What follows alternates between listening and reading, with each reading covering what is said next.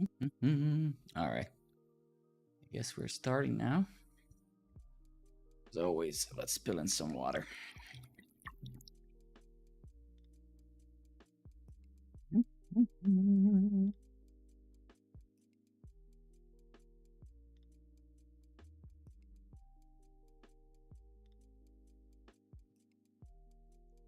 Soon team. Yeah, exactly. Yeah, I had a very long day, man. My wife worked a very strange shift today, so I had to take care of my kid since 10 a.m. until 8 p.m. or 8:30. So couldn't really do anything. I wanted to stream yesterday. I wanted to stream today during the day, but it just didn't happen. Now I'm finally having some time for myself, which is yeah, just trying to get some work done here in the stream. I also ordered another screen for streaming. I ordered it last night, so the setup is gonna turn completely perfect. I have a 34-inch screen, which is here on the right, where I see all of your chat and stuff. And I'm streaming now on 27-inch 1069, but I actually ordered this one last night. So I'm gonna be streaming on this fella from tomorrow, or after tomorrow actually. I don't think it's gonna arrive. I don't think it's gonna arrive tomorrow. Let's actually see. Can I? Yeah, I can see it here actually. No, yeah, invoice. Where is the tracking? Yeah, here. Let's take a look. Yeah, so they're probably gonna shit. There's some flies here. Give me 1 second.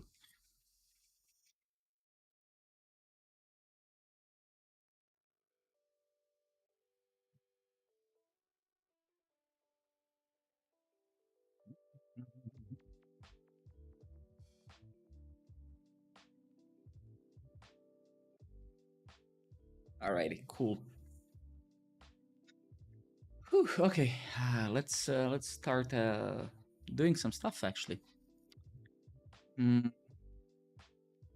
So let's go to our linear board here. Jesus Christ, those little flies! I think a banana thing around. Okay. Oh no, this is shit. This is wrong. Let's go to, yeah, a lot of them were actually automatically closed. And that's not good at all, actually. Can I? Interesting. A lot of my tasks were automatically closed and I don't actually want that. Can I undo all of this?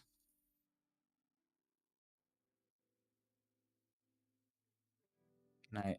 Oh, nice. Okay. So I can actually select them all and then can I say,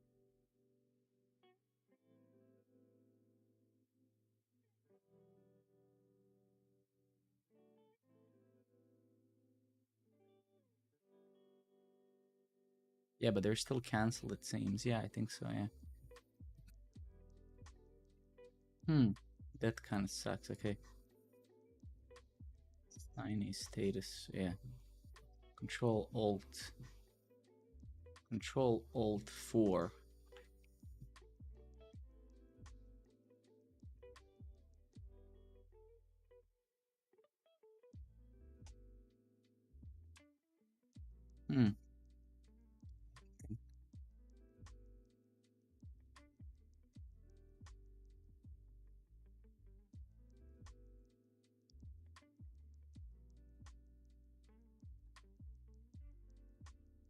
Should take a look at that. How do I do it? So that would be Control 4.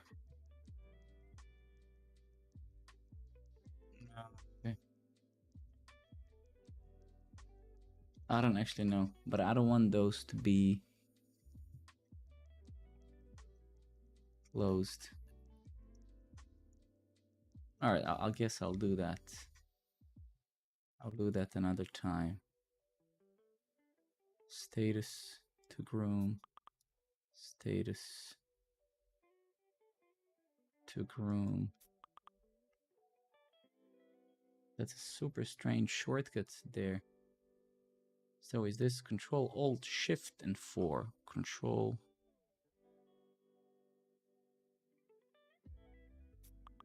Okay, can I do this? Shit. Can I select them all? No, I can't. Okay.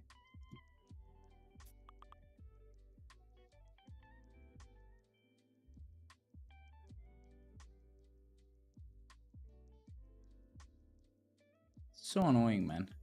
Come on. Okay. Try select all. No, I can't. Okay.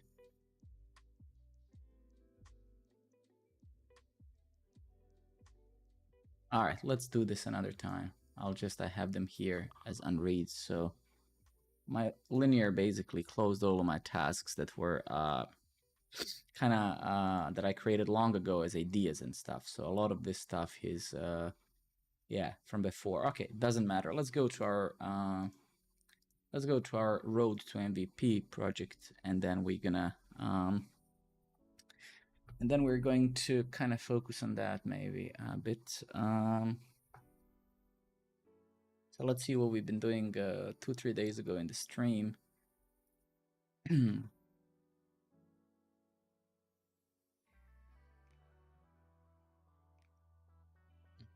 Okay, I think we kind of did that. Let's see.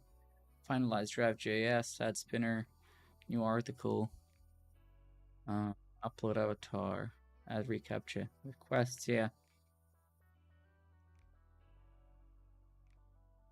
So let's kind of try to start today with this. And the main reason for that is because yeah, because I think in the meanwhile I also most likely broke the image uploading anyway, so I want to fix that again, and then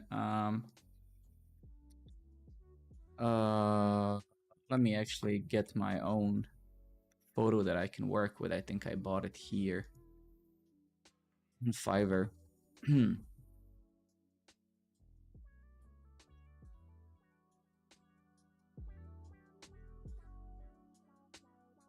Did it log in?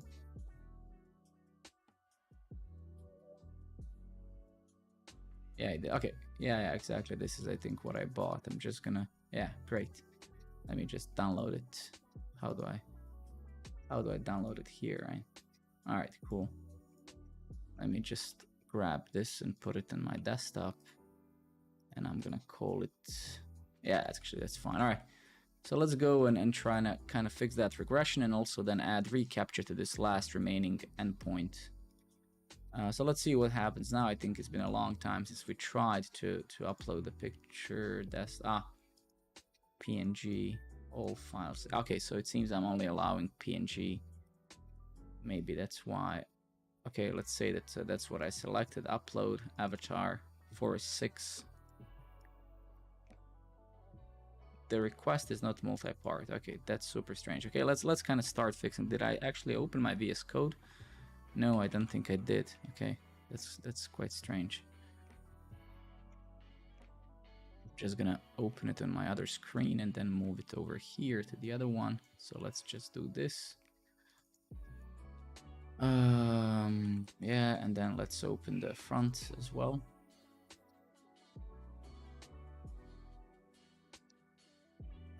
Recent, what do we need? We need the front end, right? Yeah. All right, so let's see. The request is not multi-part. Okay, that's super strange. So let's search globally in our front here where we're actually trying to upload. So we're trying to do it here, and we're calling upload user avatar. And then we're importing it here, and then this is where we're doing it. So we do create a new form.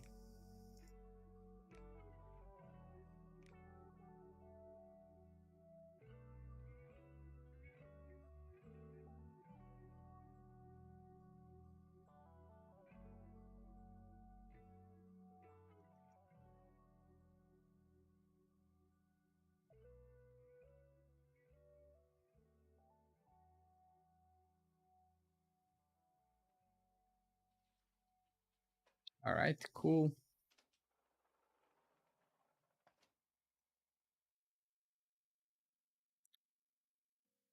And let's see what is the actual request headers. So yeah, indeed, we are sending application JSON, right?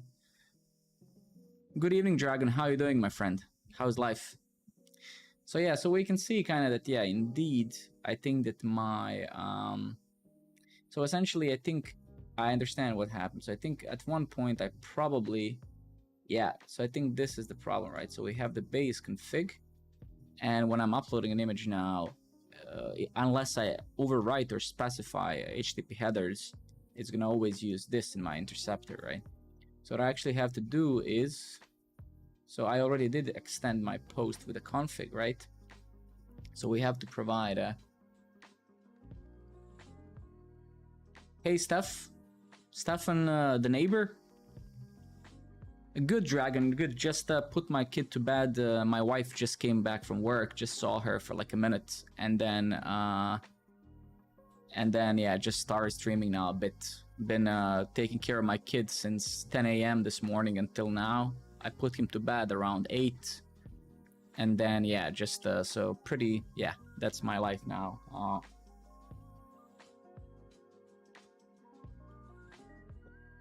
No, she's not, no, not anymore. Maybe another time in life, but not anymore, no. All right, just so I don't lose a thought, let's just go back here. So what I'm gonna actually do here in this context, what we're gonna do to this post, we're gonna actually pass the config, and actually I am passing it. That's quite strange. So it seems that it's not overriding it. Let's take a look here. So we have a post here that I do have a config as a third argument here, right? Yeah, here's the headers. So that's quite strange. Because we can see here that it's actually not multi-part. It's no, actually this is, yeah, let's take a look here. Payloads, yeah.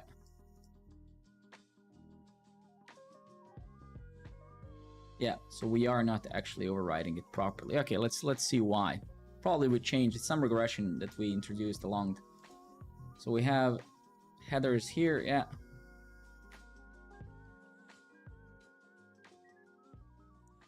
Okay, so the reason why we're not actually overriding it, right, is because you can clearly see that we're spreading the values here. And then no matter what the content type ends up being here, right, we're gonna always override it here. So that's why we kind of need to do this. That's where this bug is, right? Good evening, HD Logs. How is life, man? Mine is pretty much family whole day, and took my kid around. We woke up, my wife went to work. Strange shift today, and then we went out, been to the park. He watched cartoons, we played in the house the whole day, put him to bed around maybe an hour ago, and now kind of finally have a bit of time to stream. But I'm gonna be streaming every day, at least during the work days. I hope so. And then the rest of the days are gonna be okay. Let's go to the dashboard here. Let's now try again. At least it shouldn't fail anymore for this same apparent reason, which was it shouldn't fail at least. Okay, what do you hate about Redux? Maybe I can help you out to not hate it. It's a very, very simple concept. Okay, great. So now we're failing, but due to some other reason. So that's perfect. It's some regression. We're gonna fix it now. Let's see what's happening. Body must be object. Okay. No, we don't have a family dog. I have a kid, which is way worse than a dog.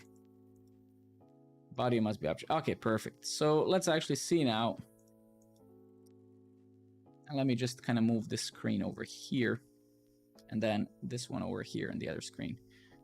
All right, so this is, let's go to our let's find this. Where did I implement this in my API?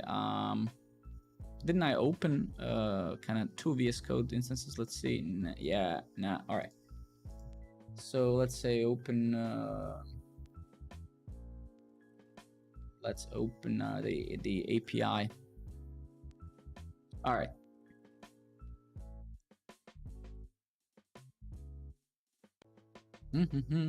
All right, cool.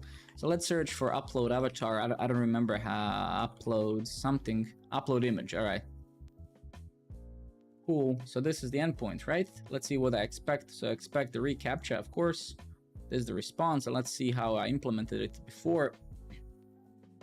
And actually, let me see also what I've actually sent. So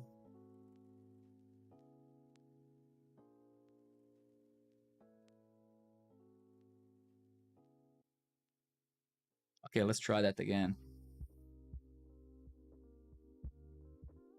Well, you don't really have to use Redux Toolkit, right? But I can teach you either way the concept of one or the other. What you have to understand about Redux is the concept itself, right? The pattern. Doesn't matter which syntax it is, Redux Toolkit or not. You don't have to use Redux Toolkit at all. Actually, it does kind of the new API helps a bit with some things, just makes things simpler, especially asynchronous related things. But not really, you don't have to use it, no. And I don't think that it's a norm that you use it. A lot of older code bases actually, they obviously rely on the old syntax because a lot of those reducers have been written that way, right?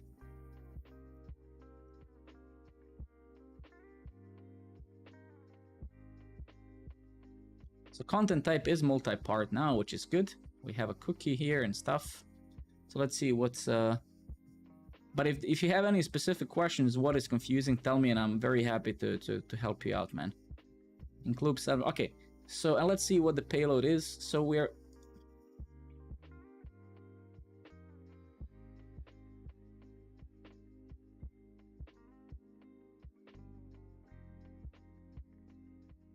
So indeed, yeah, so let's see if the payload does seems to be wrong, right? So let's take a look.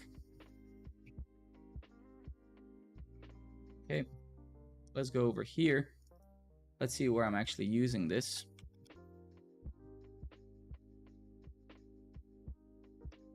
I mean, your IntelliSense is telling you that it's outdated, right? But never misunderstand those. Never conflict those.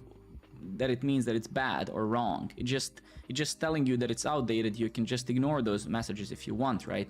Of course, clearly it's better if you learn something that's newer. That's simply just, unfortunately, the state of things, right? But you don't have to, right? It's not that it's a must, right? And how did I actually implement this? Wait. How did I implement the post? So yeah, the body is here. Let's actually go into the post here. Let's print the body. Biddy. Let's print the body here, and then let's try that again.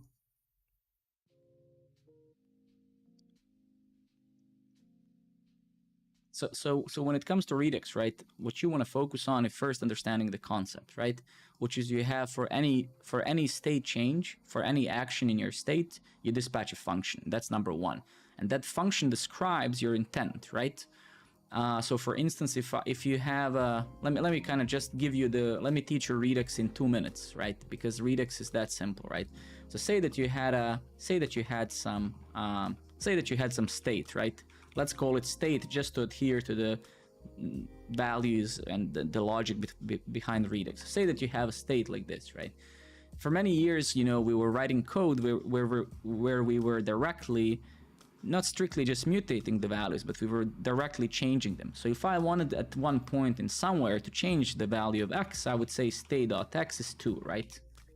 Now, of course, this arbitrary example, in this one, it's evident that what I'm doing. But when a software is really huge, and when you're stating change across many places, this becomes incredibly difficult to follow, right? Because number one, you're directly accessing and changing something, and then the rest of the program is anyone has access. Number two, you have a very poor logging experience, so it's very hard to know when something was changed, right? And three, you are directly changing the state itself, which is kind of the pattern that didn't come with Redux, but it's a pattern in programming that you should try to avoid. You should try to keep your things immutable, and that's why most of the functions in JavaScript, at least, they do return a new state, right? Anyway, so when you know, whenever you do a map or a reduce or whatever, you always get a new kind of list back or whatever the output of the, right? So now to overcome this, you know, we came up with this flux pattern, right? Where we say, well, if I want to change x, I should have a function that describes my intent. So you can have a function called change x, right? And you're going to get a new value. Let's just call it a new value. And then you're going to, I'm not going to obviously rewrite the whole Redux now, even though it could be a fun thing for well, I cannot rewrite, especially Redux Toolkit, but the main plain Redux we could rewrite probably in one stream. Anyway, here you would have function change x, right? And you would then I'm gonna actually mutate it now just because I don't want to go into mega details, but now, you know, I can say, and of course, this is just an action creator. So this is called an action creator. You don't really need them because eventually, let's actually create our dispatch. So we're gonna create a function called dispatch, right? Gonna create a function called dispatch, right? And this function is gonna take some action, right? And in our context, let's just give it state always, even though we don't have to now because we only have one state. So we're gonna take the action, right? And then we're gonna dispatch that we're gonna do something with that action, right? So we have to do something, right? And then we're gonna have some reducer. Let's have a reducer called function myXReducer. And this reducer is gonna take, right, the actual state. So state and an action, right? And then you're gonna say, we're gonna describe. So essentially, so let's just fall back for a second. So we have a concept of a state, which is kind of singular object, right? Then we have actions, and actions are simply things which describe your intent. Like, I want to change X, so you name it however you want. So you have a function that when called describes its intent, and then it returns some object. And then you have the reducers, and this is where you describe how your state changes. So what does it mean to change X relative to your state? Because I mean, what does it mean? Anything. This is arbitrary stuff for the computers. There is no such thing change X. So you describe your intent. So for example, here I can say, for example, I can use a switch statement and switch on a type, or you can use if statements, whatever you prefer. And I can say if the case is, you know, change X, for me in this program, that means that I want to change the value of X to something else. And I'm gonna keep in mind, this is the only wrong thing that I'm gonna do here. I will mutate this state explicitly just so we can see the logging faster, so I don't waste time because I have to go back doing other stuff. So what I'm gonna do here, I'm just gonna state.x is whatever action dot, let's say, payload is. This payload is kind of generic enough. That's why Redux team chose it. But of course you name however your values and properties in your action. I'm gonna just name it payload in this case, right? And then, you know, I can just return the state, but it doesn't really matter, right? And then you always have to have a default or you always have to return the actual state, right, from the reducer. But again, you don't have to do any of this, in fact, because we're not recreating Redux completely, right? Right. So think about it now here in dispatch. What could dispatch be, right? So what are we gonna do inside of the dispatch, right? Well, you can kind of think clearly that inside of the dispatch, we're gonna give it some action, and then we can basically just for this thing here, right? We're gonna just say myXReducer, and I'm gonna just pass that action further down, right? But think about it when you use combine reducers API and stuff, what it basically does, it just composes a list of functions and then it passes your action to each one of the functions. So when you use combine reducers, what it actually does, it just simply kind of does this sort of stuff, right? It just uses all of your functions, right? Yeah, we can build that as well. Yeah. So now basically, right? Now I have my dispatch, right? So now I can come here and I can say dispatch, right? And I can either pass an object directly, or we can create a little action creator, right? That doesn't, in this context, it kind of doesn't make sense to create an action creator because we only dispatching that. But anyway, let's do it. So let's say let's just say const change X. And for me, it's going to take a new value, right? And then it's going to return a type, which is going to be called change X. It can be called anything, so don't get confused by this. And let's say payload is going to be value, right?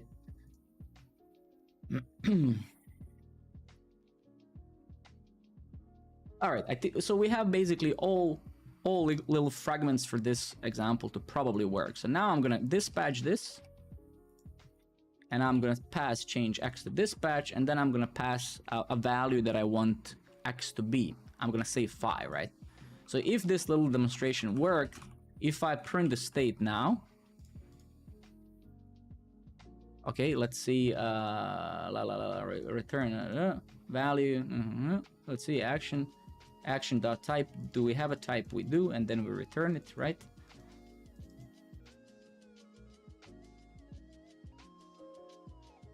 Let's just zoom out a bit. I don't see where my stuff. Okay, so here. So change X, yes. Are we doing something wrong? Do you see anything? Let's see. Switch action.type, yes. My reducer, yes, of course, because we're not passing the state here as the, that's why, right? Okay, let's try that again. And you can see now that X is 5, right? So we've just built a simple kind of version of Redux in few lines. And of course, now if we would actually want to build it, we would need to introduce some immutability, not to mutate this directly. But I'm mutating just so to save us a bit of time. But you can see now that instead of me now directly saying somewhere in the middle of the application, you know, X is equal to something, now I have a function that whenever I have to change X, I have to call it, I have to dispatch it. And for in the context of software, right, this is good because it's way easier to also read the code and understand the intent. You know that, okay, I know that in this program, right? Yeah, this is just JSBin, this service. This is it's just saying the type of this, right? But overall, this is literally Redux in a nutshell, right? So you have an action that you dispatch, which means you just run some function, you evaluate, you execute some function. That function returns some object. Why does it return an object? Why does it have to have this type? It has to have this type because then you have to use that type inside of your reducers to figure out what happened, right? And you decide the type name. It can be whatever it is, right? So that's kind of literally everything. And now with Redux Toolkit, none of that changes. Redux Toolkit does exactly the same stuff. It just introduces different APIs.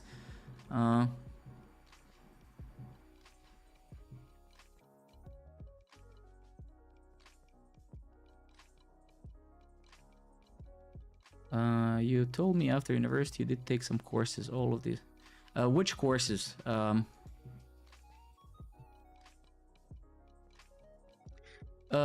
Stefan, I don't remember what you're referring to. Maybe I did, maybe not.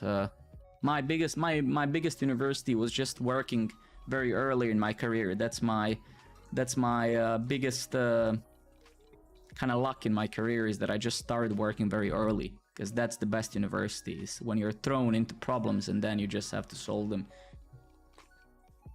HD Logo, now you're kind of mixing up different things, right? So a component and a provider, this is a different API. This is React, right? And this is now we're getting into the land of how do we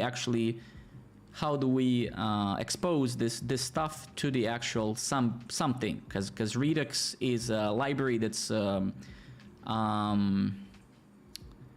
framework agnostic, right? It's just it's a small tiny tool, right, that you can use anywhere. So when it comes to creating a store and stuff, that's Redux. And creating a store basically just means creating some global object on top of your app. Think about it. Think that you have this object is literally created on top of your app, and then the provider itself is just a way to kind of create this use reducer hook so you can kind of subscribe to some of the changes. But that's a different thing. So my suggestion to you when you're approaching this now is that to break those concepts down. So you have Redux and you have those concepts that I just showed you, and that's one thing.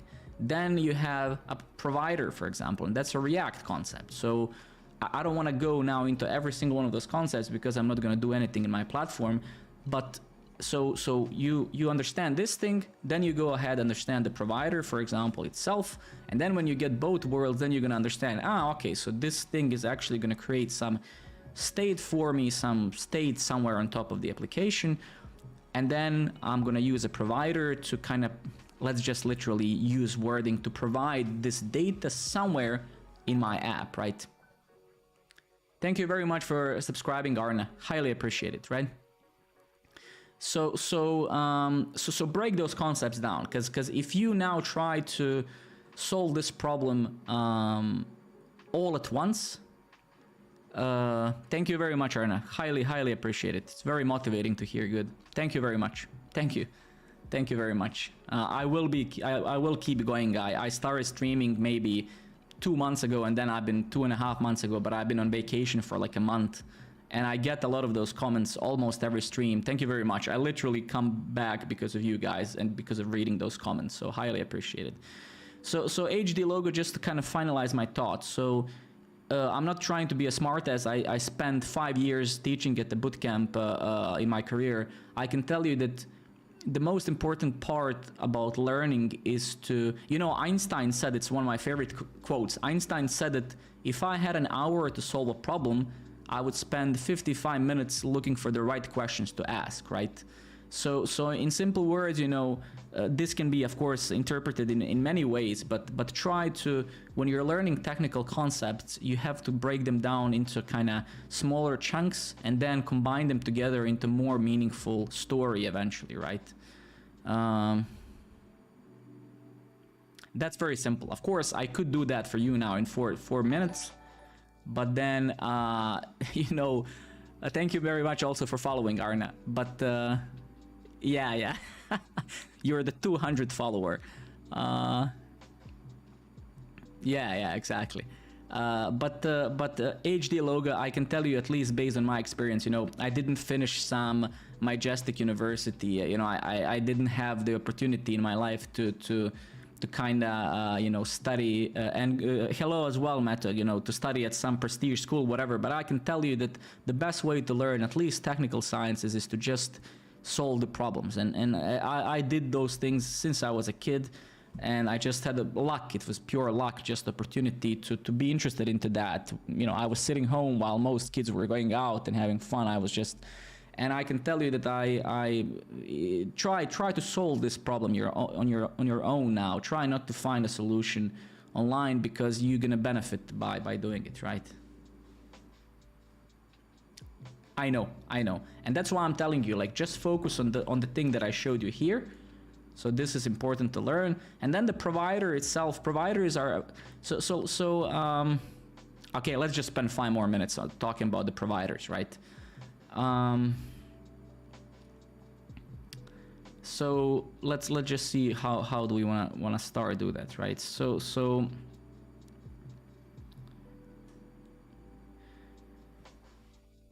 Let's go to Code Sandbox. Just so one tip that I hate to be, again, I hate giving tips or preaching whatever, but one thing that I do professionally every day at work, and I've been doing this for a very long time, is that whenever I'm solving a problem, so say that I work at Dream Data, a company called Dream Data, and when I'm solving a problem there, my first question always is, can I isolate myself right now while solving this specific problem from the rest of the application? Because every single professional application that you're building, it has to build itself, compile, you're constrained with authentication, authorization, all of those things. So when I try to solve a simple problem, what I generally do, I go to things like Code Sandbox, Stack Blitz, REPL IT, whatever, and I create a completely brand empty project. So for example, if I'm solving a React project, I would come here and start playing.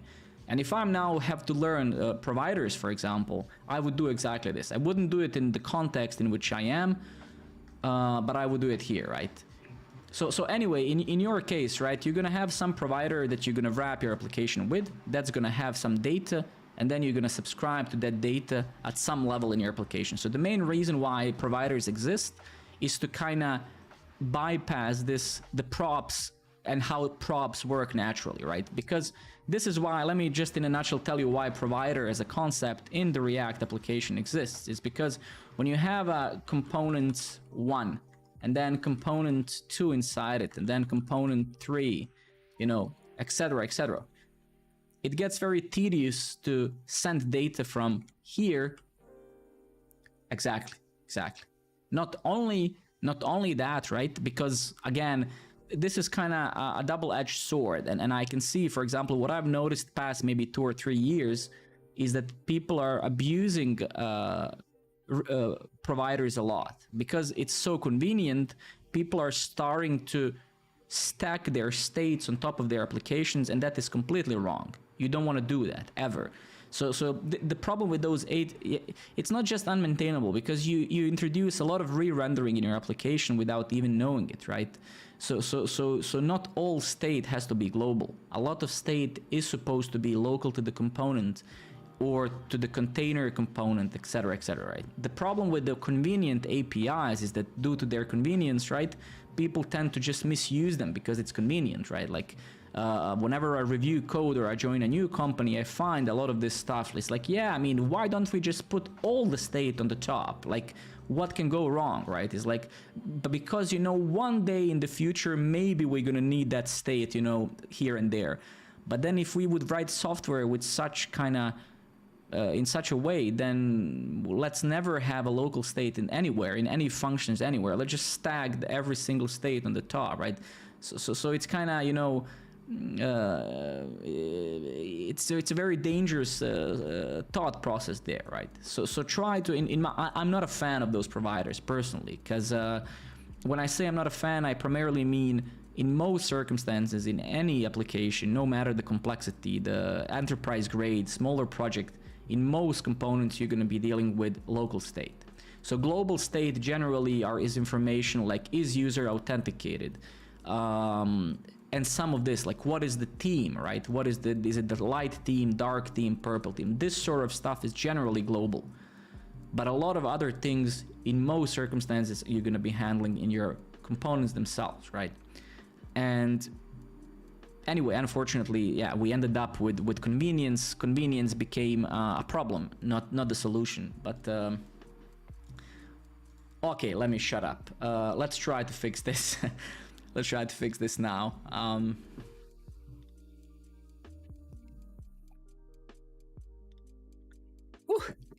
Okay, I drink literally like 2 liters of water every stream. It's crazy. All right. So what were we doing? Oh yeah, we were trying to fix this stuff. All right, cool. So I think we printed the body here. We did.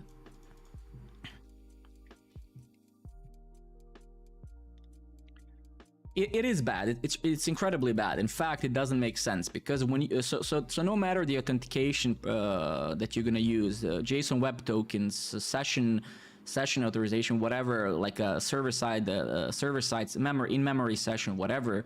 The token itself is never a global state, right?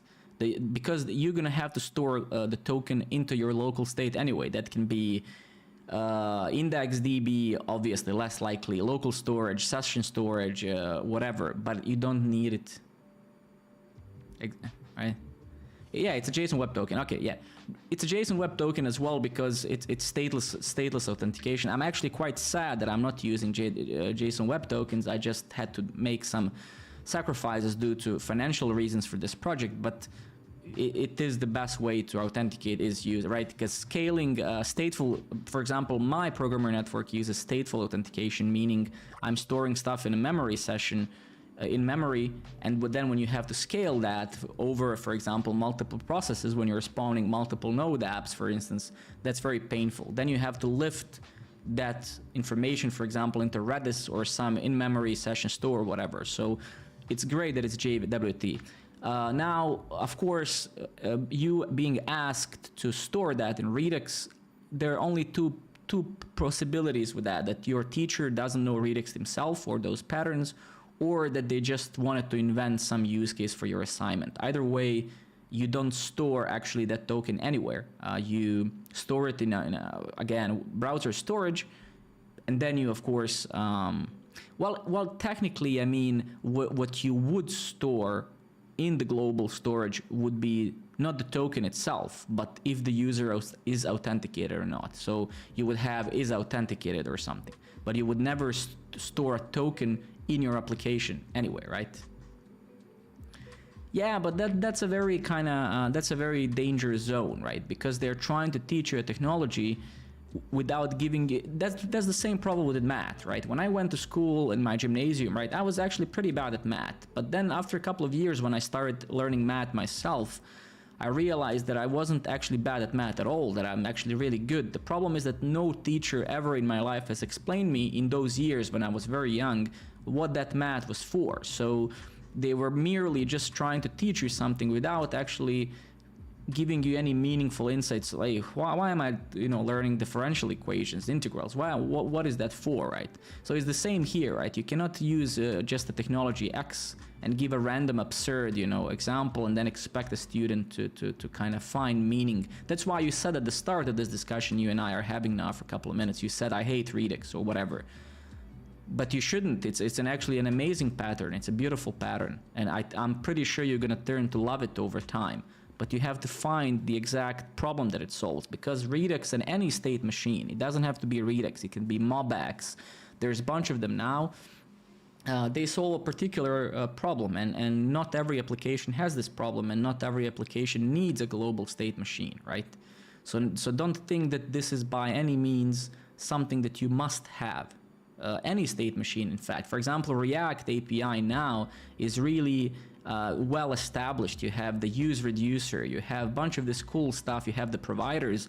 Technically, and let's be honest, 95% of the applications could do just as well without introducing a third-party state machine like Redux, right? But this is important. The only way for a person to truly internalize this information, I mean, I can speak about this for 10 hours, but the only way for you guys to kind of truly internalize and appreciate what I'm saying is to use it. Because I've used, for example, Redux literally, I swear to God, maybe for 7 or 8 years now. I feel it was like in alpha or something, and I failed so many times with it. I failed with short-term state versus long-term state. I would put everything in a global store, and then I realized, hey, why am I storing a short-term value from an input field, from a search field into Redux? It doesn't make sense. So you kind of have to go through this process, right? And there's no way around. You can watch videos, you can go to YouTube, you can go buy courses, but until you fall into those traps with state, and it's not naive, right? I mean, when we talk about the UI and UX, it's incredibly important to understand how complex this land is. For example, building a simple CRUD API today is X amount of times easier, and even scaling it, than actually building user interfaces, right? Because a lot of stuff past decade has moved to the UX. You know, when we think about the websites like 10 or 15 years ago, they were very simple things, right? You have basic interaction, you would click a button. Now you have all of those insane transitions, caching.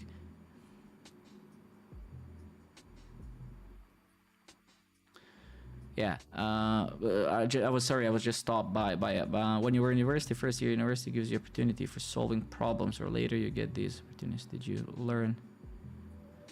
I mean, I learned C, so I went to university maybe when I was 20, right? So after I finished my high school, I started working as a Cisco engineer, actually. When I was 18 years old, I didn't want to go to school instantly, so I started working as a MikroTik engineer or Cisco engineer. I wasn't really an engineer, but I as a kid, I knew enough about IP and about computer networks in general, so I managed to get a job. And then after maybe 2 years after that, when I was 20, I went to university with I wouldn't say a lot of programming knowledge, but with significant programming knowledge that I didn't even need university, right? I knew, it's very hard to say I knew C and C++. Both C and C++ are very, especially C++. C++ is a huge language. I always genuinely laugh when I read online, learn C++ in 2 weeks or like 20 days or something. That's ridiculous. I know people who write C++ for 20 years and they don't dare to say that they know it, right? But I knew a lot of stuff, Stefan. I knew a lot of stuff because I used to kind of code when I was a kid. I used to code in you know, like Pascal and some other languages, right?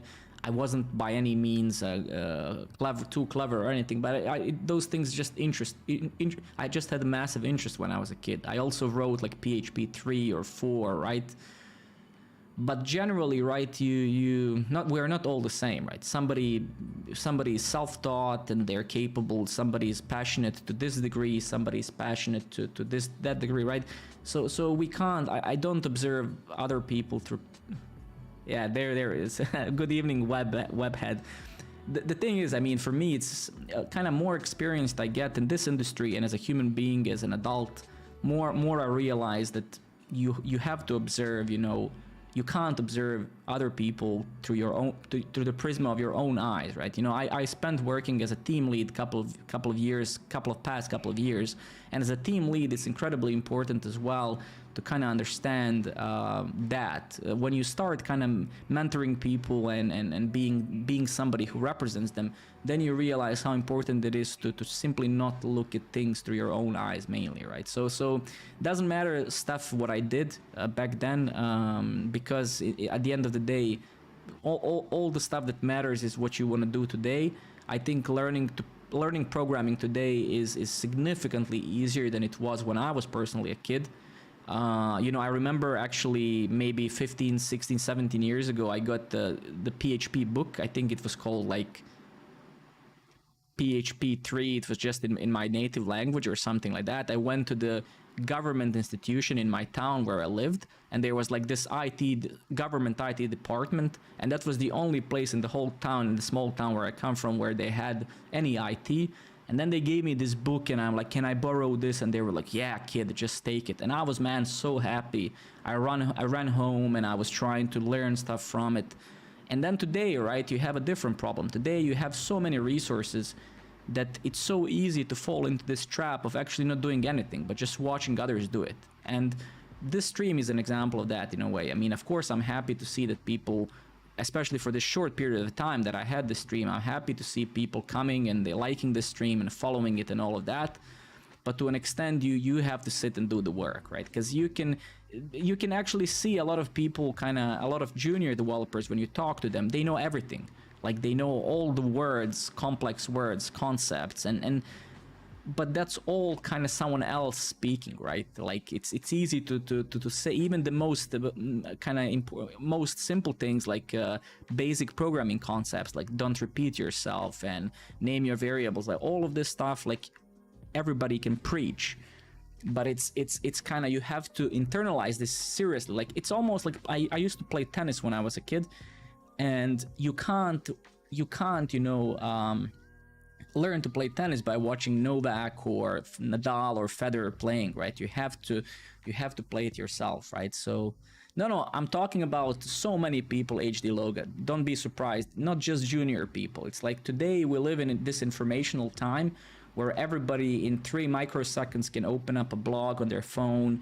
They can, you know, soak in the information, but it's such a massive difference when you actually sit and do it yourself. It's such a massive difference, right? Talking about it and doing it, it's really, really, really different, right? All right, Jesus Christ, man, I'm gonna pass out.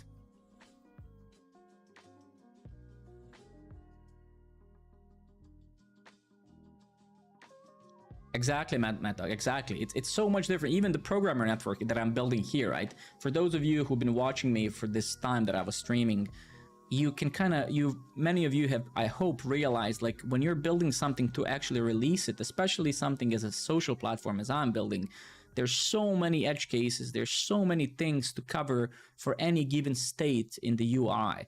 Because again, when you're building something that just lives on your GitHub or GitLab or Bitbucket, whatever, nice, Stefan. So it's really, I guess, in simple words, if I could summarize my thoughts, it's like you have to just do it yourself. And be careful about how you learn. Because when I worked at Thinkful, when I worked as a mentor at the bootcamp, one of the things I would tell to my students is that no matter what you do, find a resource, find a curriculum that gives you some guidelines and stick to it. You can, of course, stop and pause at a certain concept and say, okay, this curriculum didn't solve this. This guy, Alexander, he didn't explain this concept to me well. So let me pause, let me go check 3 other sources. One of the 5 or 4 people is going to explain it so my mind understands it. And then you go back to the same curriculum and you continue. The biggest issue is that due to this massive overflow of information today, you go to YouTube and then you start one course, you don't finish it. You start another, you don't finish it. You start, right? My pleasure, my pleasure, Loga. Just, yeah. Whew. Okay, so let's try to solve some bugs here. More particularly this specific one. So we kinda, let's body must be object. Okay.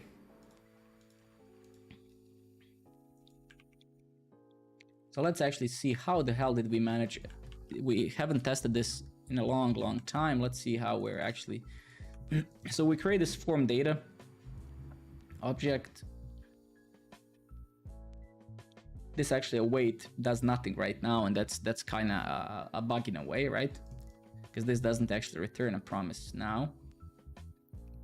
And let's see where we're actually using this guy here, right? Form data, cool.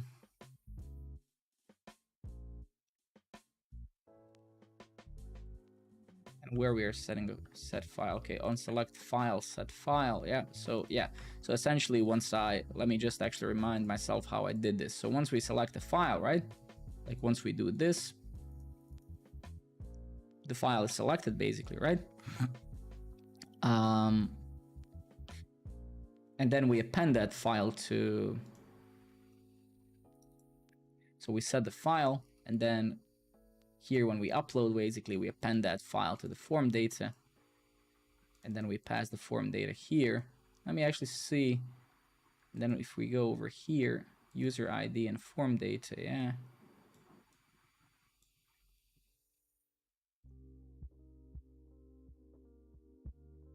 Yeah, that all looks actually fine. Jesus Christ. Okay, let me actually just.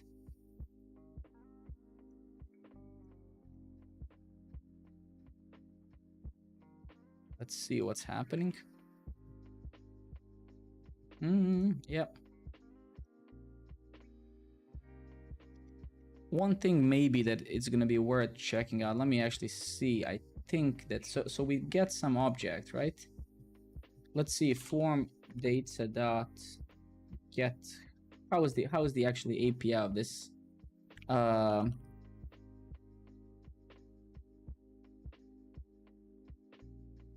Shit. No. Webhead, thank you so much for following, man. I appreciate it. I don't actually remember this API. No. All right, let's try to debug it somehow. So let's kind of nuke that. Let's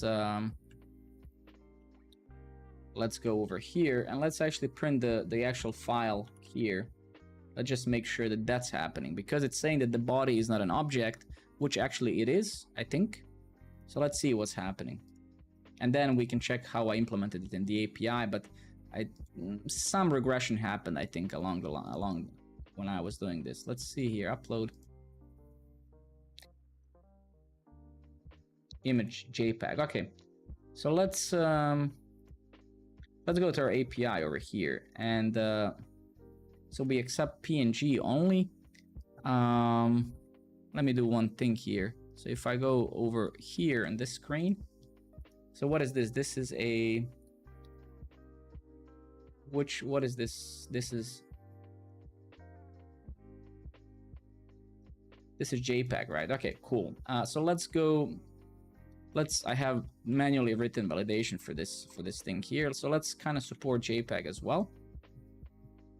Okay, I think I understand. Yeah. So this, in a way, is actually good that we discovered, because yeah, it's fine. And then I think somewhere, yeah. So this is kind of the validation on both ends, the front and the back, right? So we are actually just allowing two specific formats for now. And of course, when we release, I'm going to figure out if that's, but yeah, so should be kind of fine now, at least. So we might fail because of the image being too big or something, but let's see for now. Avatar. Body must be object. Okay, so let's go back to the API.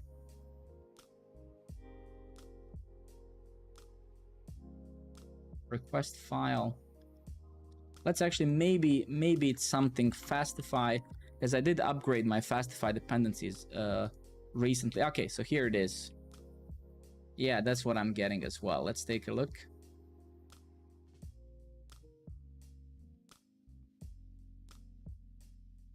All right, let me actually, let's take a look at my validation, my JSON schema validation, right? Maybe that's where I'm messing it up.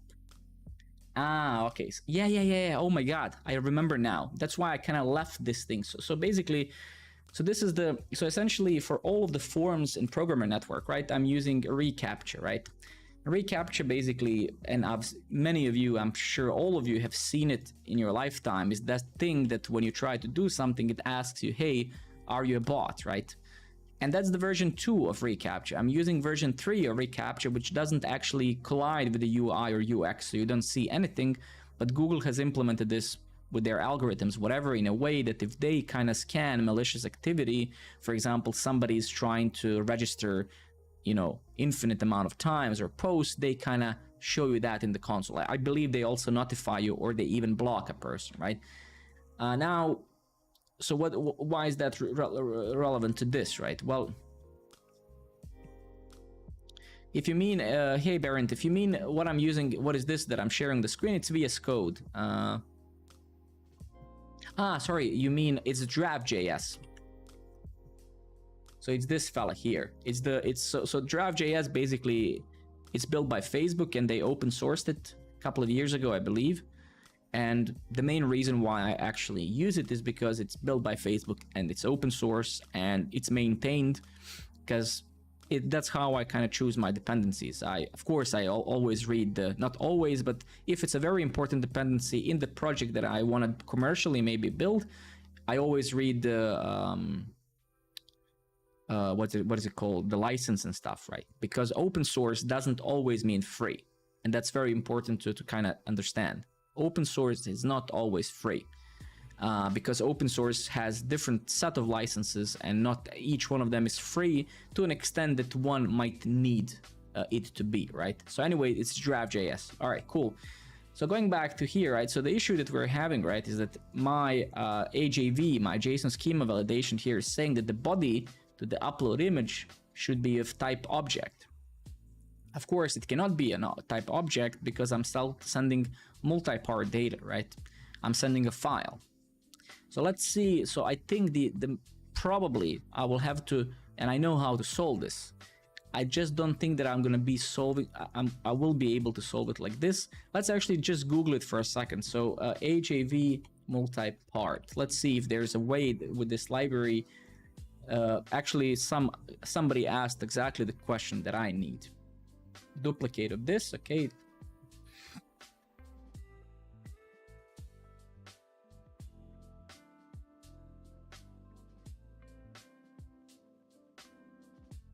Validate a multi-part that has a file in on its properties. I actually don't even know what this guy answered. Let's just thumbs down as well. So they didn't so there's more people who are asking the same question. All right, so listen, so it's fine, right? I don't have to do this one like that, and I think I have a pretty good idea how we want to do it. So actually what I'm going to do, I'm going to go back to my front, and what I'm actually going to do is instead of instead of actually appending instead of expecting the actual instead of expecting let me actually see here. So if I go to my if I go to this Axios wrapper library that I built, you can see that here I have those lines, and what those lines are doing are saying, hey, if user is doing post, put, or delete, use the reCAPTCHA function, use the reCAPTCHA object from the global object, and then execute this, and this is going to give me the token. So I've kind of centralized this in a singular place. So initially I did it for every single form manually, and that was super tedious. And then I'm like, okay, how about I actually extend my interceptor in my app, and then that should work. And it actually did, and I was quite happy after this. So you can see here that what I'm doing now is I am actually, for each given HTTP verb type of those three, I'm actually attaching this thing in the body. So what I'm actually going to do now, because that's not going to work with multi-part, because you can't really do that, it's not JSON or anything. What I'm actually going to do, I'm going to just append it here. So the only ugly thing about that though is that that I need to implement to import this this hook now, I think.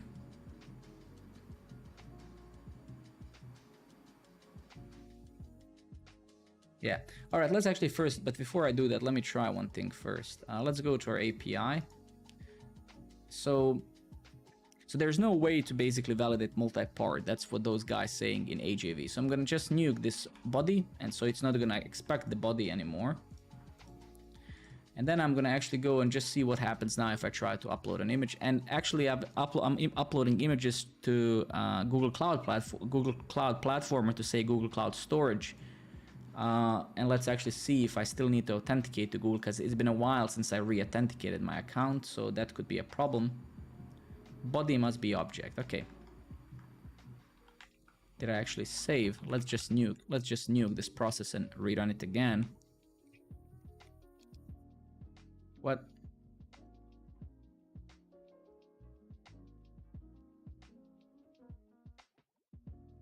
What? What is?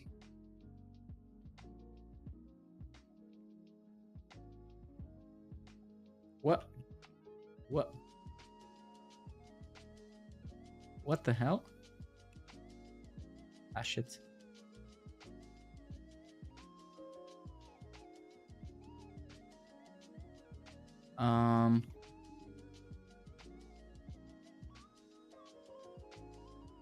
What was it? Number? No, shit.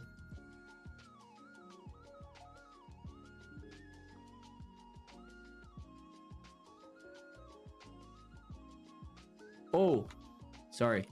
Jesus, my bad. Okay, so if we actually try that again, I don't actually know, because now I think I've removed that valid JSON schema from there. Let's see what's happening. And body must be object. Okay. Am I still upload image? No. Is there something avatar? Upload avatar. Okay, so it's this one here. I've been looking at the wrong one. Upload avatar. Yeah. So it's this one. My bad. So let's actually kind of nuke that. And it should pass, right? So my image uploading should work again. Minus probably that I will have to re-authenticate with Google Cloud Platform. And there's a very strange way. If you're working with Google Cloud Platform, you need this thing called service account. So it's a bit painful. So there's a high probability that's boundary not found. What?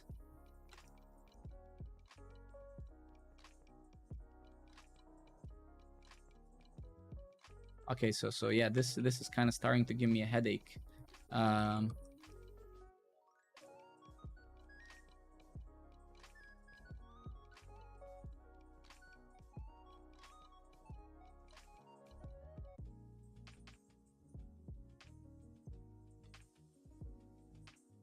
Okay. I know. I think I know. You were trying to upload a JPEG, right? So we have to. It's just a very ugly error. Instead of saying, "Hey, you're trying to upload a wrong format," but okay, whatever. Let's try that again.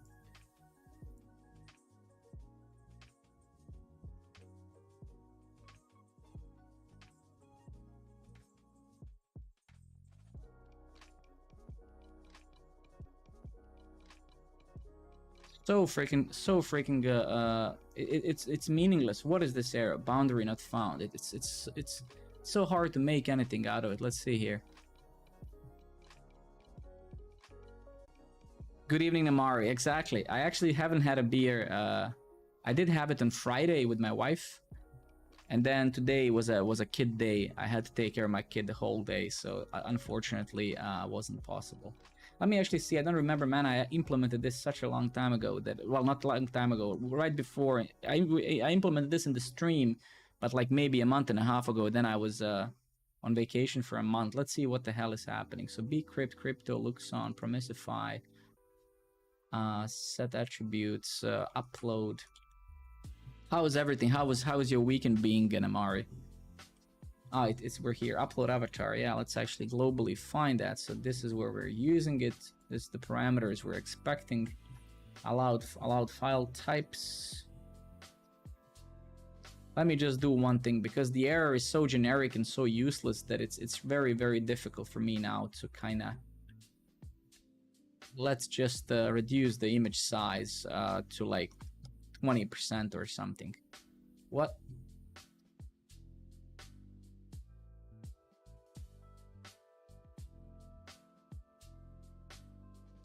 All right, let's save that. Let's just make sure that let's make sure that the image is like super small or whatever, just so we can kind of, because I don't know, the error this library is giving me is it doesn't say anything. It says it doesn't work. That's the error type.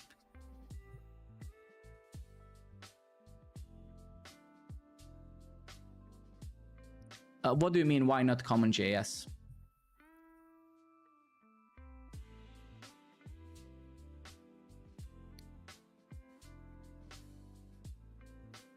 Well, CommonJS, Namari, is kind of it's not the native. It's no longer the Node.js's native system, right, for modules, right? It is the actual. So I'm using the ECMAScript spect module, right? Let me show you. If we take a look here at the documentation, right?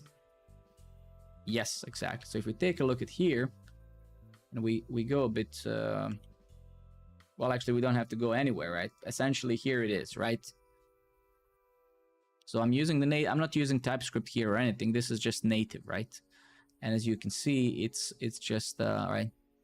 I recently found out from one viewer a couple of days ago that now you can use, you probably noticed that in my API, all the files end with MJS. Apparently you can solve that by putting something in your package JSON, and then you can suffix all of your files just with JS, right? But that's too late because I built this API already now, and I'm not gonna, due to Git history and stuff, changing names would be very painful, right? I would lose the history because Git is still a bit dumb when it comes to renaming and moving files, right? Multi-part boundary not found. I genuinely don't know what this means, but I can maybe try to assume. Let's take a look here.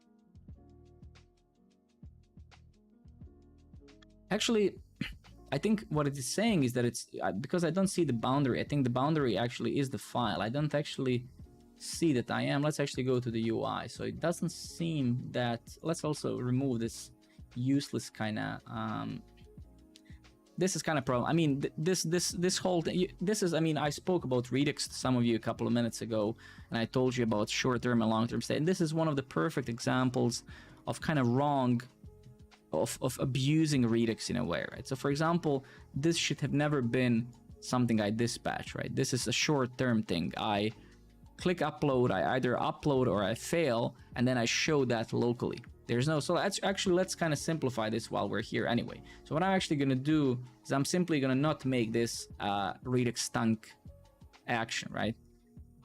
Because it's pointless, right? There's no point in doing that, number one, right? Number two, let's go to the actual reducer and let's nuke all of this. So let's nuke this, and then let's go and find some is uploading user avatar. This is a perfect example of kind of going back and saying, well, no, I don't actually need this. Now I can actually easily from here, well, I'm returning, so this is going to return a promise now, so that's fine. So now if I go back to my component, I can actually get rid of this fella, right? And now I can actually await on this, right? Because this does return a promise. And the very important thing why I have to wait for this is because if this line fails, then we're going to get into this error state, and that's what I want. But this set local source is not going to be set to null. This is pretty much as if we use the promise API. Then you would say, okay, when this happens, you know, I might not need any data back from the API, then set local, you know, src to null. Otherwise, catch, right? But I don't need this because I'm using try catch right now, so I can just use async and await, right? But again, I actually love the promise API as much as I love async and await, right? So this is good, right? Now we can do this. Now the only, of course, thing that we need is that we no longer have this value here. Let's actually just get rid of unused things now. So let's kind of clean this up. Is uploading avatar. There's no such state anymore, right? But we'll need it locally, right? So const set is uploading avatar, and then set is uploading avatar, and then use state by default is going to be false, right? And then obviously now here, right, in the upload avatar, right, we want to append all of this stuff. Then we want to actually set it to true. And then if it fails, right, we want to set it to false, that it's no longer uploading it, right? Everything's still compiling, that's good.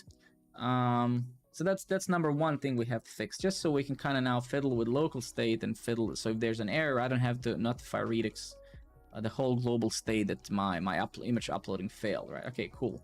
So now when we have that, let's just make sure that at least we get the same error as we did before. And we do, right? And now let's try to fix the actual underlying problem. It's actually quite an annoying one.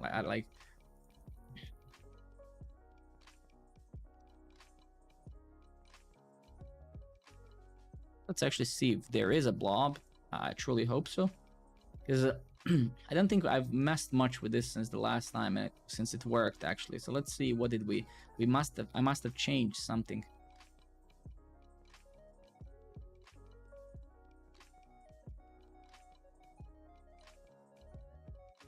Yeah, let's actually take a look at this.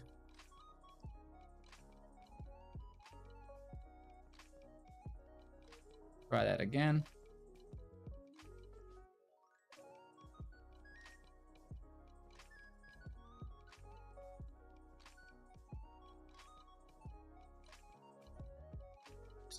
That's a bit too much, all right? Then we append all this form data, right? Then we call this, yeah.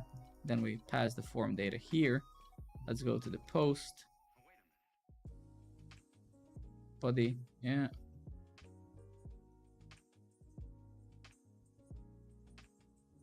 Yeah, I think all actually seems fine, right? Unless I'm not seeing something. And then we pass the headers here, overriding the stuff, yeah. If we actually go up here, yeah, we override them here.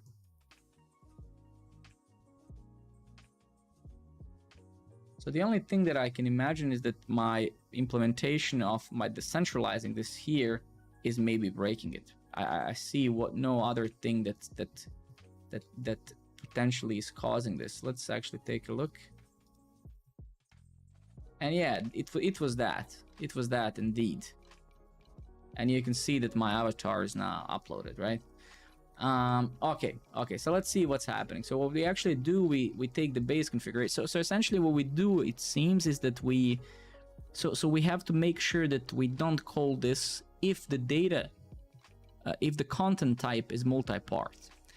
So how do we, so right, because this interceptor here, for those of you who might not know, and you should definitely know about it, so when you use Axios, right? Most people use Axios in a very simple way. You install it like fetch, you do some request, and you're done. Whatsoever, when you have to deal with a larger scale project where you have to include specific HTTP headers, for instance, one of you, HD Logo, I'm not sure if you're still here, but for example, you wanna, attach a JSON Web Token to each HTTP header, to each request to add a JWT bearer token, right? You can, of course, do this in two ways. One of the horrible ways, and I've also seen it in many code bases, is that for any given HTTP request that you do from your app, you add it manually, or you can create an interceptor here and say, whenever I send a request, do this, get this token from somewhere and attach it to the HTTP header of that request, right? As an HTTP header, right? So anyway, what I'm doing, that's a lot of that stuff is I'm doing that here in my own implementation of Axios, right?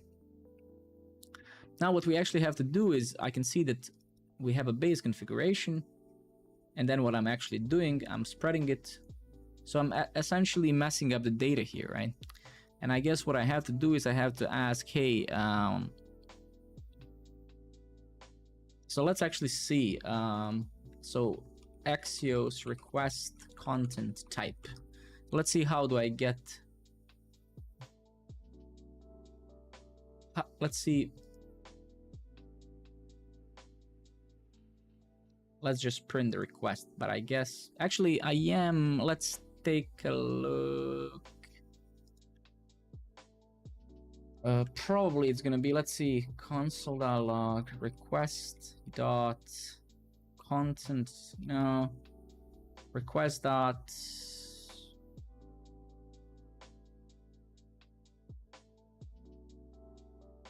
Axios interceptor request content type.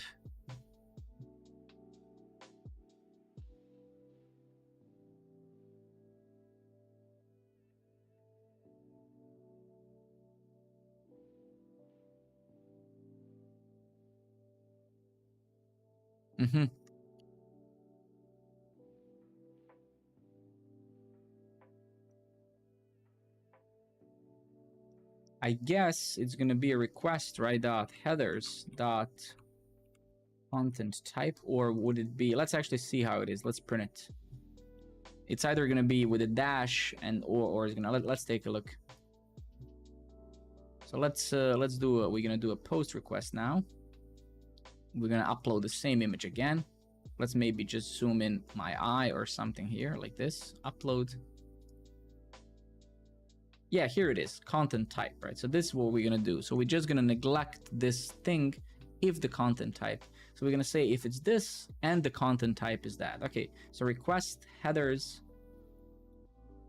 content type. So if this is true and window blah blah and request dot headers dot, or actually like this, content type is not equal actually to,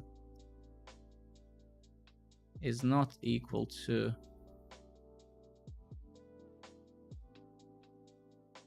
this, then attach the token, right? All right, that's great. I think that should work. And then if we actually, this is fine. What else did I change? No, not that. Let's take a look. What did I change? What did I change?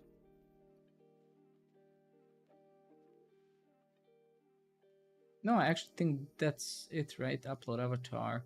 We're still doing this sort of stuff. Yes. We go to the post. We go up here. Yep, that should be it. Let's try. Choose la la la.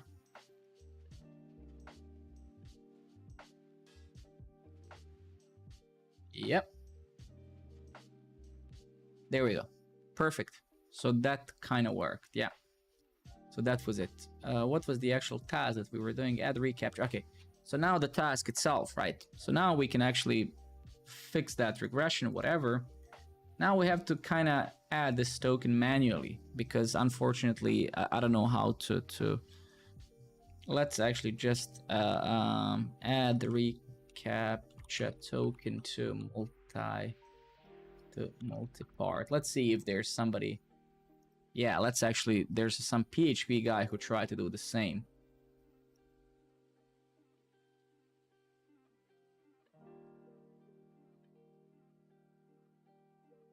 Yeah, literally what I was supposed to do is I basically my only idea is that I add the actual reCAPTCHA token to the actual file. I just append it. But let's see if all right, never mind. Let's just do it. Let's just do it the way that I want it, right? So let me actually go to this thing here. This library I'm using for reCAPTCHA, and let's so I'm just gonna have to manually kind of do it only for this endpoint. Am I actually still including this provider though? Yeah. Okay, well that's good then.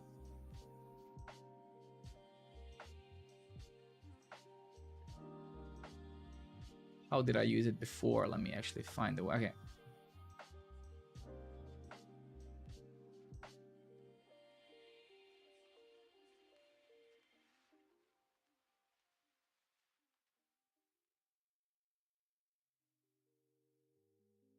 Okay, so here it is, right? So let's go to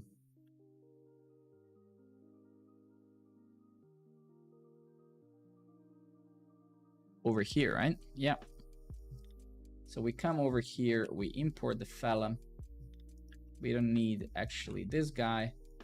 So we need the actual custom hook. And then we need this callback.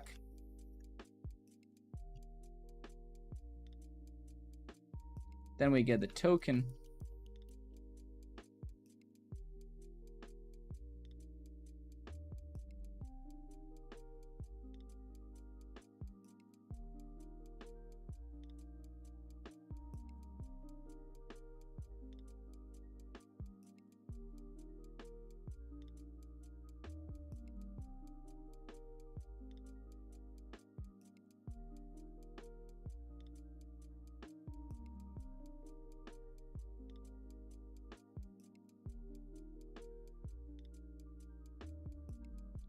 Didn't I have like a custom hook I actually built? I guess I removed it, right? I think I've built an actual, yeah,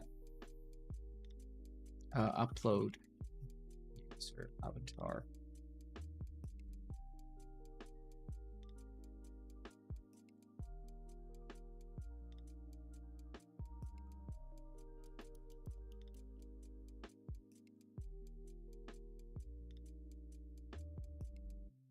And I guess what I could do in a way, right?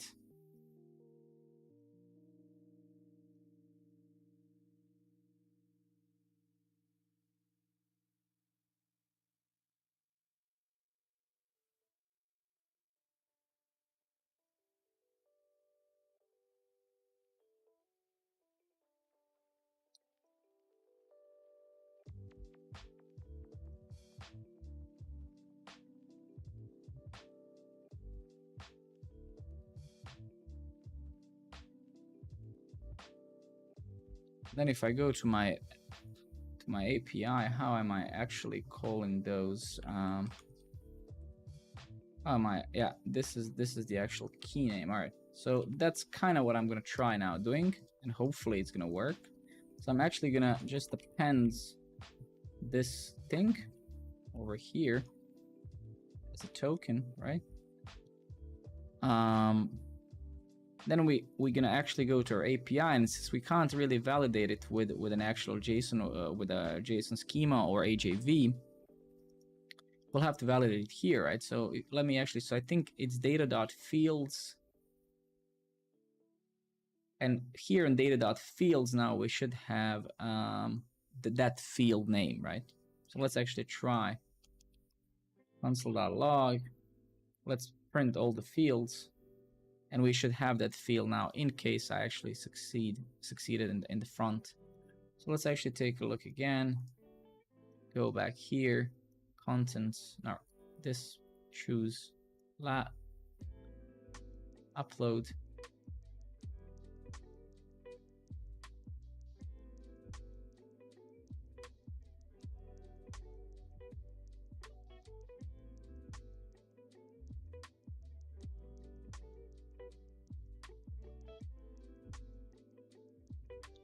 So it did succeed, it seems. Where's my log though? Actually, let's try that again. Wait a minute. Upload. Thank you very much for the follow, Jaggernaut Super. Appreciate it, man. Okay, and now we're kind of failing because I believe I've changed something now. Give me a second. Because this now... Oh, never mind. We're good, it seems. Or are we? No, we're actually not. So what did we mess up in the UI? Let's go back here.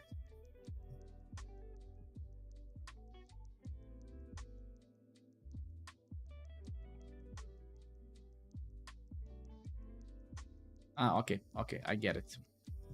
Let's upload. Where's the upload button? It's this one, right?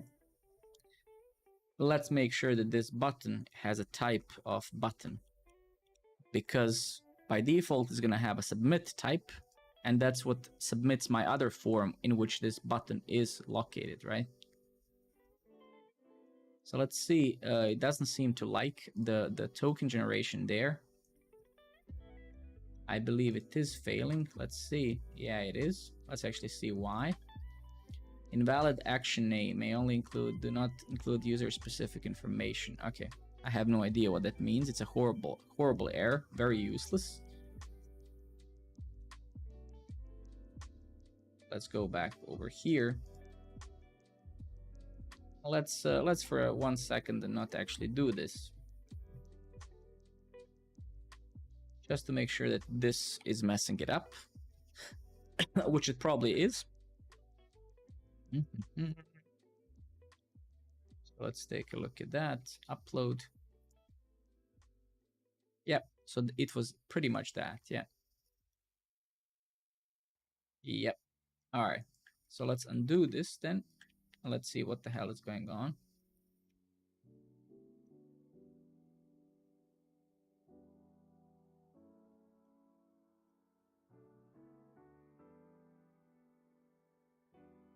Execute reCAPTCHA. Upload user avatar, yeah. But dude, I swear to God that I had built a custom hook for this and I was solving it in a bit more intelligent way, but let's actually see if this token even gets generated. Token.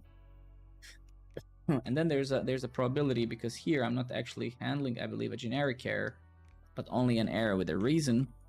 Let's actually see, because that's also could be easily be problematic, because now suddenly we have a new concept inside of that function that can also fail, and we have to extend that error handling there as well. So if I try to upload,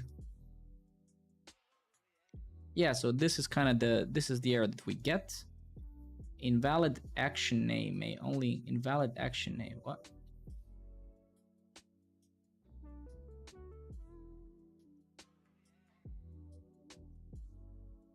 All right, so let's take a look at this thing. So we're using it wrong, I guess. Let's see how they're using it.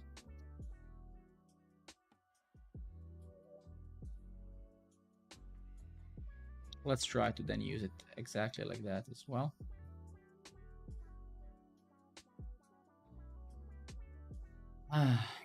Where is it? Let's just slam it in here. Let's try to do this. Let's try to actually, we don't need it to be asynchronous. And then let's try to do it like this, right? Something like that, potentially. And then we have to import this. I don't actually know why my IntelliSense works a bit poorly today. Let's take a look at that. Great. Let's close that. Let's go back here and try that again. Let's see if this is gonna actually happen. Still failing. Error, invalid action name. What? And this is, I believe, coming from Redux. Ah, okay.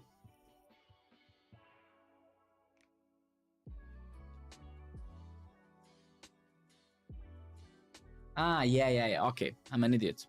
You can't use dashes. That's why we're failing. So upload user avatar. That's why.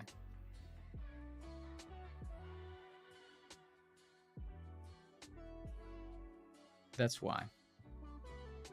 All right, try that again. Hopefully, should solve it now. Do this. Upload. Okay, great. And let's actually see some print statements here. Did we print anything in my API? Let's take a look.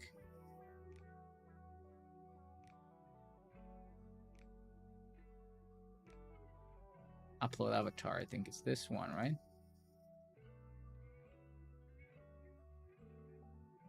Did we? No, I don't think we did actually. Nah, we didn't. All right. So we didn't, but we will now. So let's just print the fields actually. Console log, dog, cat. We can use a debugger as well. Maybe it would have been easier, but that's screw it now. Doesn't matter. Let's try that again. Choose file. Upload. Dog. Okay, here it is, right? Dog, cat. And then here's our recapture, right? And then here's its value, right? Now basically last problem to solve is that I believe that here in my API,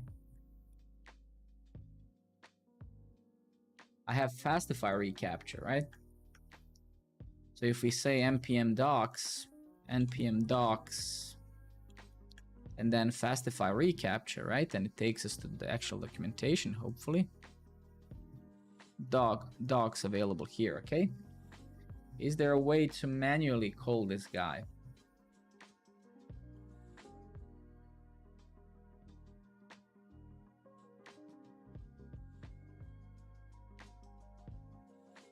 Let's actually take a look at the source code of this. maybe we can actually manually use this function. But no, I think it's a plugin actually. Shit.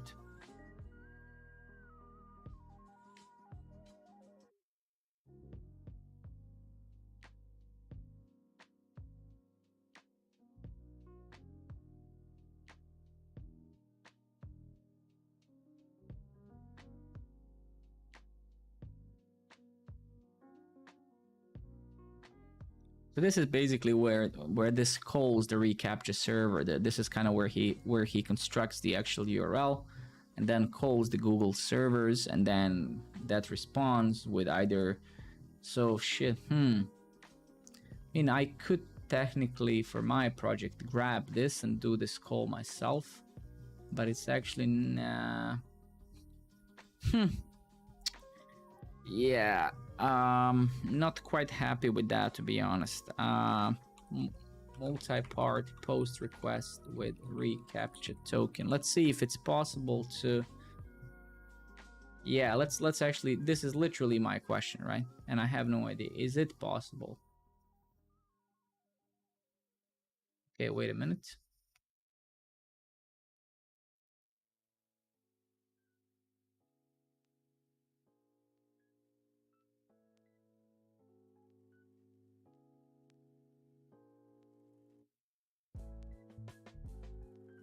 Oh my god, getting somewhere. Spoke too soon.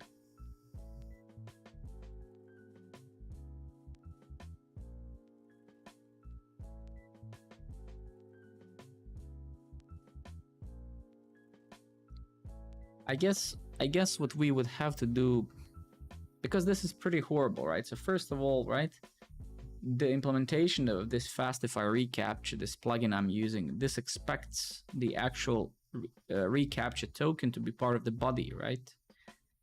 And that's problematic because if it was expecting it to be part of the HTTP headers, and then you would parse those, and then naturally we can attach anything to the HTTP headers regardless of what type of content type it is of the HTTP request. So what I could do basically now maybe is do a fork of this and just change this. So create also a pre-handler and all of this stuff, but maybe just expect the value actually to be in the HTTP header and not in the actual body, right? Because that's my problem, is that you can't, I'm sending multi-part data and not the JSON data, right? So, but I don't feel like doing that at this moment. It's like 11 p.m. That kind of sucks. All right. Well, I mean, yeah. So actually what I'm going to do, I'm going to go to this card here, and I'm going to actually write some of the information. It's not possible to. I mean, there's so many possibilities I can do here, right?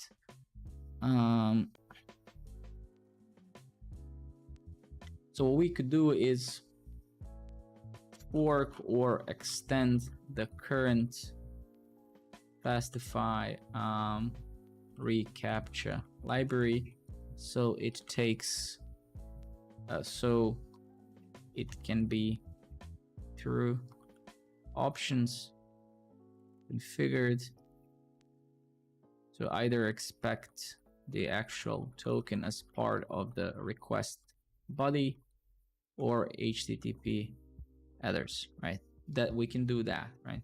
2,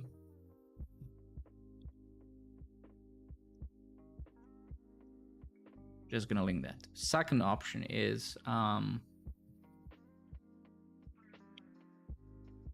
to copy the actual validation function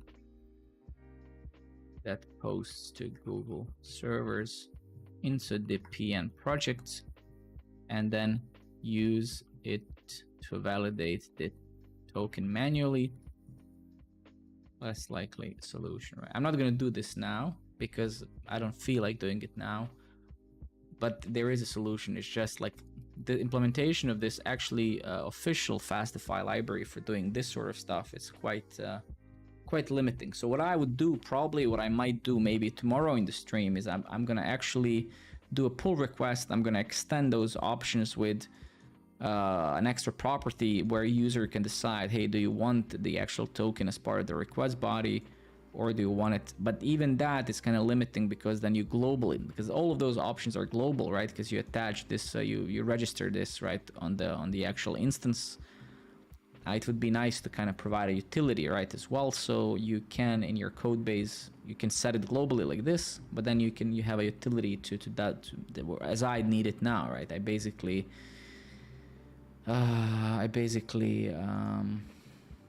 what the hell is going on, man? Oh yeah, it's because of that. Yeah, all right, but I get it. It's okay. I'm not gonna do it now then. Yeah. All right, cool. Well, I mean, that stuff works, but I cannot mark it as done because it's not really done. All right, going back to the project and then to roadmap here.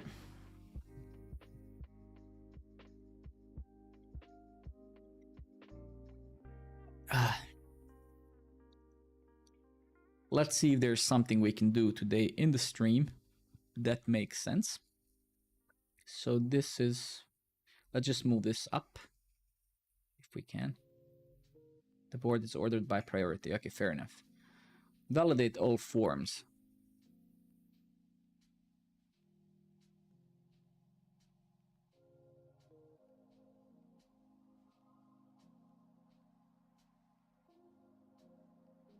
Let's actually do this. This is a quick one. One of the viewers, one of you guys have suggested this last time.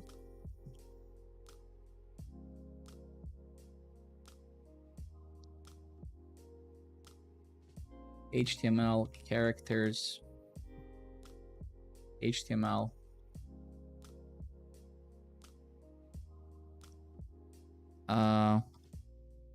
A to Z characters, including, are allowed. HTML tags are not allowed. Something like that. I mean, this is indeed a programmer platform, so pretty sure that people can understand that, right? Let's try to see that. So I try H1 here.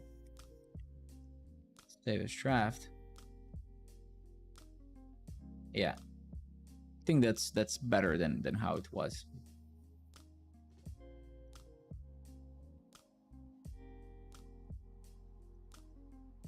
Let me actually see how I had it before, like a minute ago.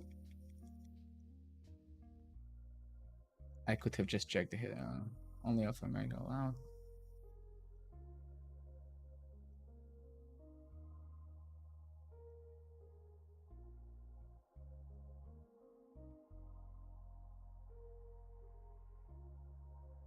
What a great name.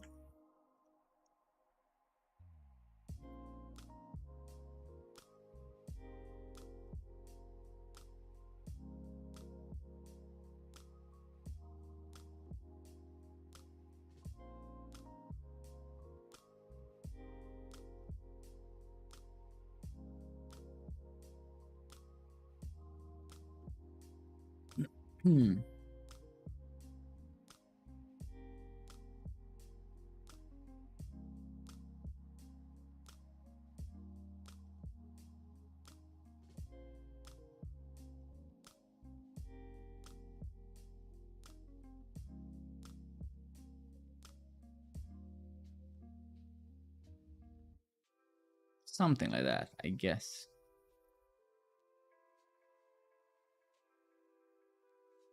All right, cool.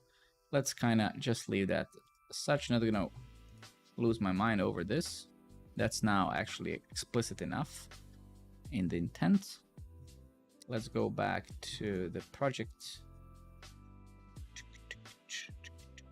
Where's the road to MVP? Yes.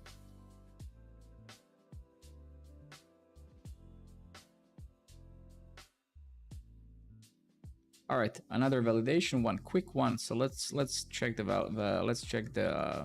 updating one first. So can I update an article? Update. Can I make it a draft? Can I say without the tags? You know.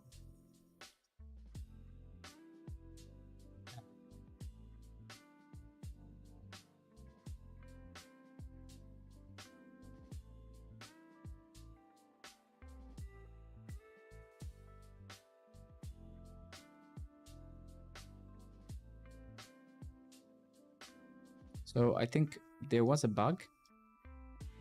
I don't think that this actually worked. Let's try again. And let's see if this is an API, if this is a backend issue or a front-end one. So let's see. So payload is this, tags, JavaScript, comments. All right. So if we actually go back to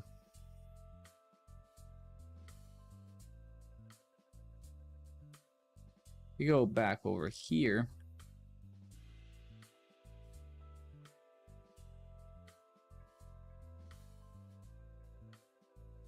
Yeah.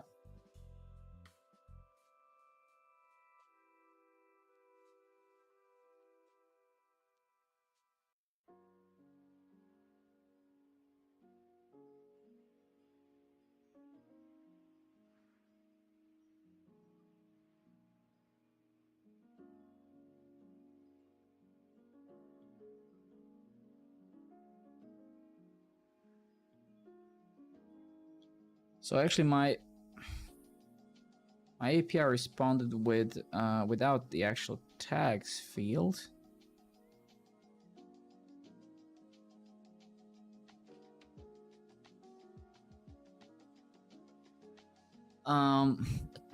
Stefan, I didn't actually. It didn't happen for me like that. I was basically when I was at university, I joined a startup in Sweden. I moved to Sweden, and I joined the startup for a couple of years. And didn't really need to look for things. I basically just joined a guy, and that was pretty much that. Then yeah, my career kicked off from there, right? I don't know, right? Like it's a lot easier. It's a lot easier to find those internships and whatever you're kind of asking about when you're actually doing the web related stuff. It's a lot more difficult to do that in the land of C and C++. Yeah, I mean, for sure. I mean, the thing is, right, we all create our own luck. So I wasn't sitting right home and waiting for somebody to offer me a job, clearly, right? But for sure, it was partially a luck as well. At least 50% it was luck, right? But I was very active, right? Even when I was sitting home without a job, I was very active. I was trying to build things, and I was trying to find someone else who also wants to build a company and stuff. So in a way, yeah, it was luck undeniably, but it was kind of self-induced or whatever luck, right? So, because luck is also in many circumstances a side effect of your efforts, right? So it's very rarely that you're just lucky, right? Like it's just luck, right?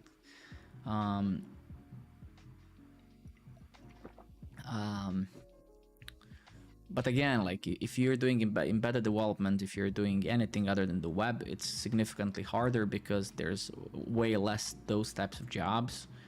Or for example, if you want to do game development, also there's very few of those jobs, a little fraction relative to, for example, the whole web world, right? No, I do not. No, I do not have anyone in Sweden. No. Let me actually check one thing here. Let's check our Postgres. Let's check our tables, because I actually don't genuinely remember.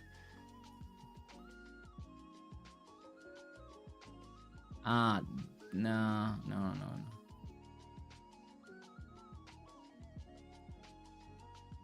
So we do have we have a join table here. Yeah. So that's the problem, right? So that's the problem with this update here. That's actually incredibly strange. Okay, fine. Yeah. So essentially, yeah. No, this is create article. Yeah, this is what we have to do, right?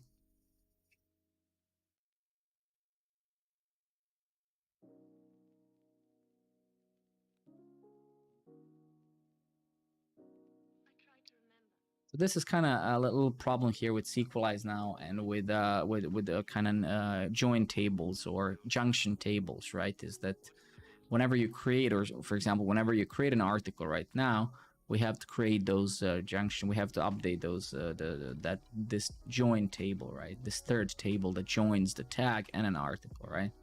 And the reason why this, okay, I'm just gonna actually write that as a bug, because I'm also gonna round up soon. I think it's getting late, so I'm actually gonna create a bug. Updating an article doesn't update the article tags join junction table.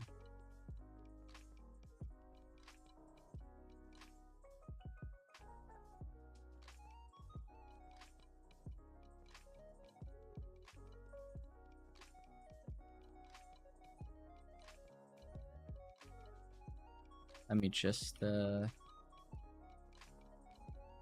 come on.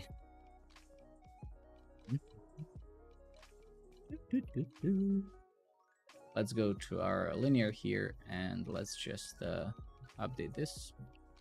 I'm actually gonna, yeah, so that's another one we discovered tonight.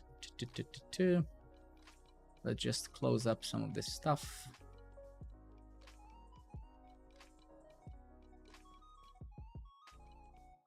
Let me actually see where we are, yeah.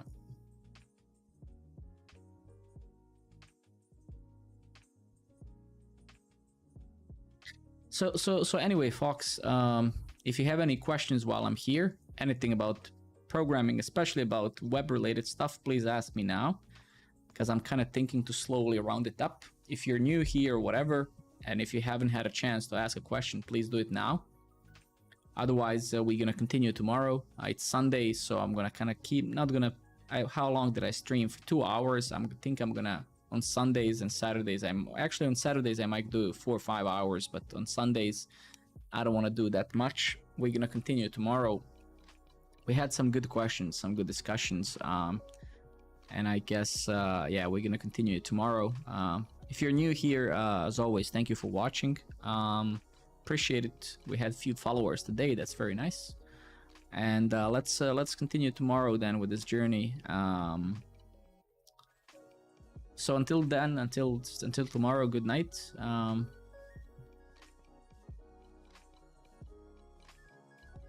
Actually, before I go, let me just, you don't need to know physics, right? I mean, you need to know physics and math and stuff if you're going to be building game engines, if you're going to be building tools for building games, right? If you want to build games, you don't necessarily need to know physics or math, right? I mean, it's obviously it's going to help you, of course, but you don't need to know geometry or whatever to be right? A lot of this, you need physics and math if you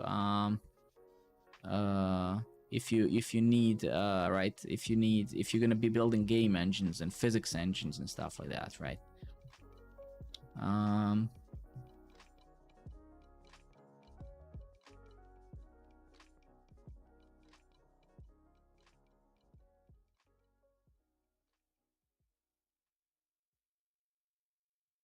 Also, when you say I would join Twitch, right, and improve the quality of the platform, that's very relative, right? Twitch has, just like any other tech company, like the company where I work, it has a bunch of different teams: infrastructure team, backend team, front-end team, web team, right? So improve Twitch can mean anything. You can improve their infrastructure, improve their, write a compression algorithm to compress the video and audio better, right? So there's also an infinite amount of possibilities no matter where you go, right? But for most of the consumer-based stuff, like if you want to be a developer that builds products, you don't need to be a genius in that regard. You just need to learn the tools. So for example, what I'm doing is by no means genius. I'm using the tools built by other people. I mean, I used to also build those tools before, but not anymore. But I'm using tools that other people, just so that's why I'm saying relative to the game development that you mentioned, you don't need to know physics and math on an expert level, or even at some certain points. If you can understand velocity and gravity literally in the video game, which is you can in 3 minutes, then in most circumstances that's enough. And then some geometry, but a lot of this stuff you would learn anyway. But if you want to build, and improve game engines, physics engines, and particle engines and all of that stuff, then of course you need to know math and physics and stuff. So that's basically everything behind it. But if you want to safeguard yourself for a job and ensure of your future and safety, right now and past couple of years, the safest bet is the web, because everything has moved to the web browser. We rarely install applications anymore. We just open websites. So if you want to kind of ensure that you have a job, then doing the web related stuff is gonna help you with that, right?